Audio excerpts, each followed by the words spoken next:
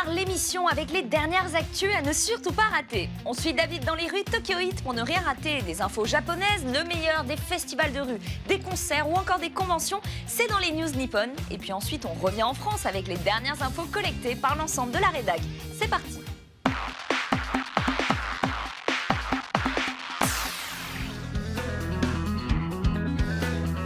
Konnichiwa, salut à tous. Aujourd'hui, nous sommes à Tokyo, dans la presqu'île d'Odaiba, et je vous emmène dans un grand festival dédié à la viande, le Niku Festival.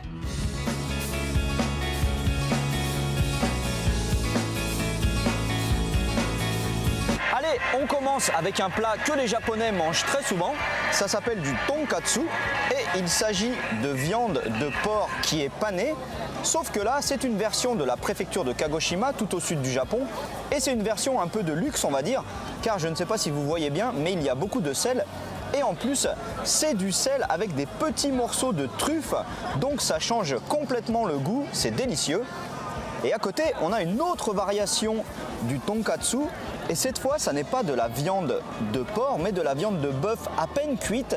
Et en plus, il y a une sauce assez forte, plein de poireaux, et tout ça est enveloppé dans un pain de type pita. C'est super bon.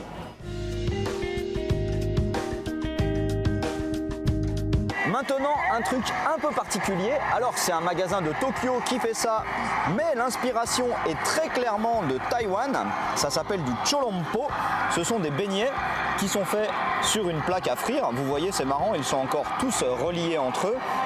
À l'intérieur, c'est essentiellement de la viande de porc.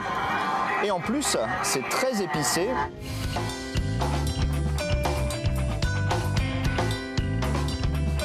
J'enchaîne avec une recette d'un café de Shibuya qui est spécialisé dans le fromage.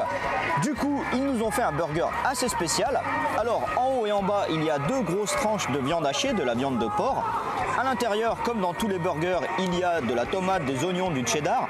Mais en plus, ils nous ont mis plein de raclette fondue, de la raclette d'Hokkaido, l'île la plus au nord du Japon qui est très réputée pour son fromage. Ça a l'air super bon, mais le problème principal, c'est comment je vais manger ça alors qu'il n'y a pas les deux tranches de pain pour tenir le burger. Je vais m'en mettre de partout.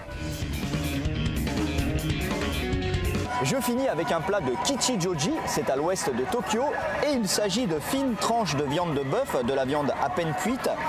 Et la sauce, elle, est clairement d'inspiration européenne, inspiration sauce pesto, on va dire, car à l'intérieur, il y a de l'huile, du basilic, des épinards, un peu de fromage parmigiano reggiano et de l'ail. Voilà, c'est cool, j'ai très bien mangé. Par contre, pour une fois, je vais me plaindre un petit peu. Les plats ici sont tout de même très chers. Ils sont quasiment tous à 1400 yens, une douzaine d'euros. Quand on voit la quantité de viande qu'il y a dedans, c'est tout de même onéreux. Allez, à plus. Ja, ne.